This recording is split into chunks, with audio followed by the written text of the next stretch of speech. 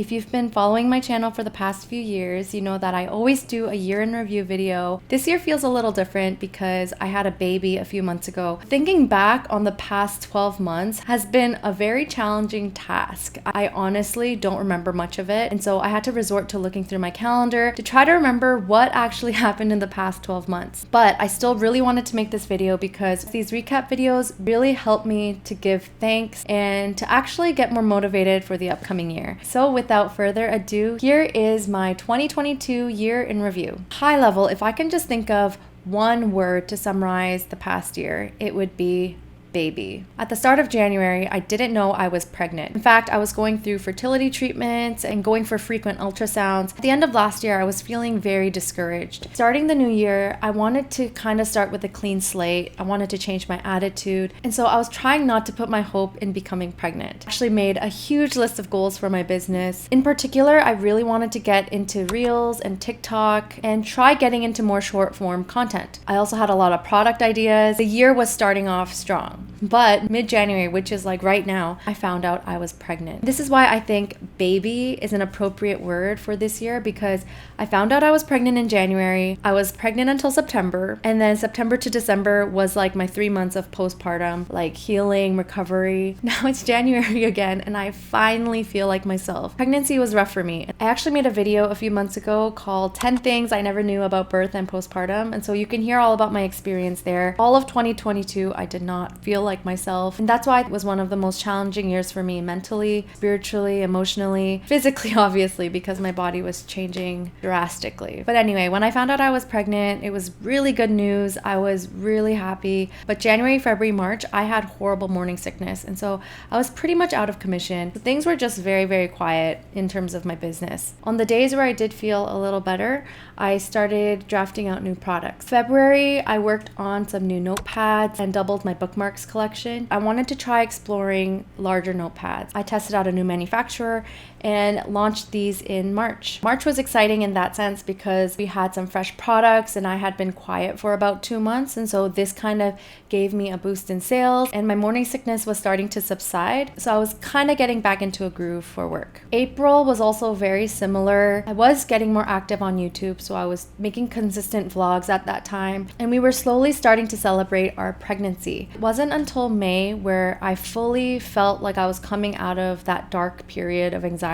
I think a large part of that has to do with the fact that I did have a previous pregnancy loss at around 21 weeks. And so May is when we hit our 21 weeks. The special thing about that, the week that I hit 21 weeks with Charlotte was also the week of Lucas's due date. And Lucas was our first baby that we lost. And so yeah, something about that timing was really cathartic for me. And passing that mark actually really helped ease a lot of the symptoms I was feeling. May is when I decided to do my big baby shop launch, design a whole bunch of cards, some new tote bags. I was busy working on all of those new products. June, we were able to do that big shop launch. It was also around June when I started thinking about, my future and actually trying to make plans, because before then, my anxiety did not allow me to actually plan what life was going to be like with a baby. So in June, I started mapping out Christmas and basically started working on my Christmas cards at this time. In May and June, I ordered some notebooks from a manufacturer overseas. Can't believe I almost forgot about that. Up until now, I have been doing all my manufacturing in North America, but I really wanted to make hardcover notebooks, like journals, and this would be kind of like a prototype because it was my first time doing this. I couldn't really find anyone here that could do something for the price point that I was hoping for and for the quantities I was hoping for, because as you know, with manufacturing, you need to have a very high minimum order quantity. But we're asking for at least 500 to 1,000 per design, and I just wanted to make like 100, 200 of each design. And so I found a factory. It took months for the notebooks to come, but I basically designed them earlier in the spring, and then in July they arrived and we did a big notebook launch. I just felt like it was a good opportunity, so I did it. The products weren't perfect. I mean, for me, it's been really rare for a product to turn out perfectly when and it's the first time I'm working with a manufacturer. But I actually was pretty happy with how the notebooks turned out. Despite all the stresses that came with overseas manufacturing, I'm so glad I did it because it's given me so much more confidence in understanding how the process works, how to communicate, and the kind of specs to look for when making something like this.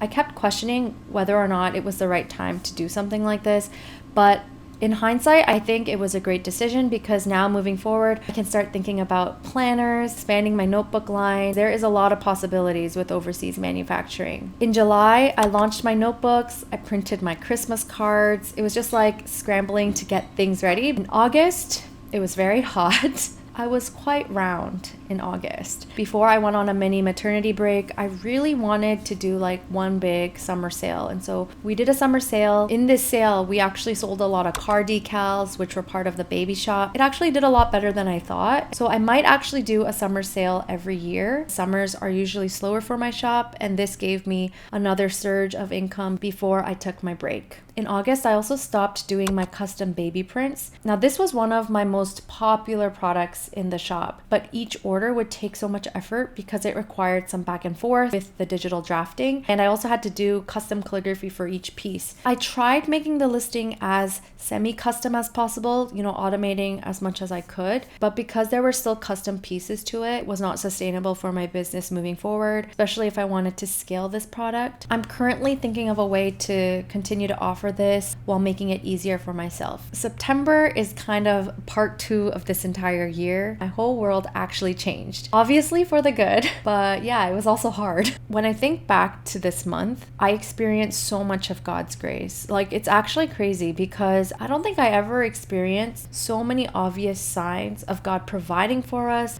cushioning our family. I went through major postpartum blues, and there were days I was doing really well and days I was not doing so well. Thankfully, I had a really strong community of other moms, friends who were caring for us, and especially family. And if you want to know all the details of my birth story, I wrote a little letter to Charlotte, and it's available in my baby playlist. Mentally, I was prepared to not make any income for the next few months. And of course, it was a point of worry for me. But guys, this is where God just came in so big. Number one, in September, my YouTube got monetized. Like a few days after Charlotte was born. This is not a big stream of income. It's like $1 or $2 a day. But the fact that it happened like right when Charlotte was born and right when my mainstream of income was shut down, I was so thankful. Alex also got a random raise in September. Literally a random raise. Like, he was the only one on his team that got it. Came out of nowhere. I definitely think that's God providing in ways that I could never even dream of. We were not praying for Alex to get a raise. We had no expectation of that. September is also the month where I kind of went YouTube crazy. I needed some sort of outlet during the time where I was off. Like, yes, majority of my day I was taking care of this baby, feeding her, napping while I could, but I was like itching for a creative outlet. So making all my postpartum videos and trying to document my birth story, like, these were really enjoyable for me. And I believe these things actually helps me get through my postpartum recovery as well. All right, we are in the last quarter. If you're still watching this, thank you so much for following along. October is when I went back to work. Because I had finished all my Christmas cards in the summer this year, it was so nice just launching my Christmas stuff and not having to do any extra work for it. October and November, I was stressing because I had to finish my calendar. It's something that I wanted to do every year, and I know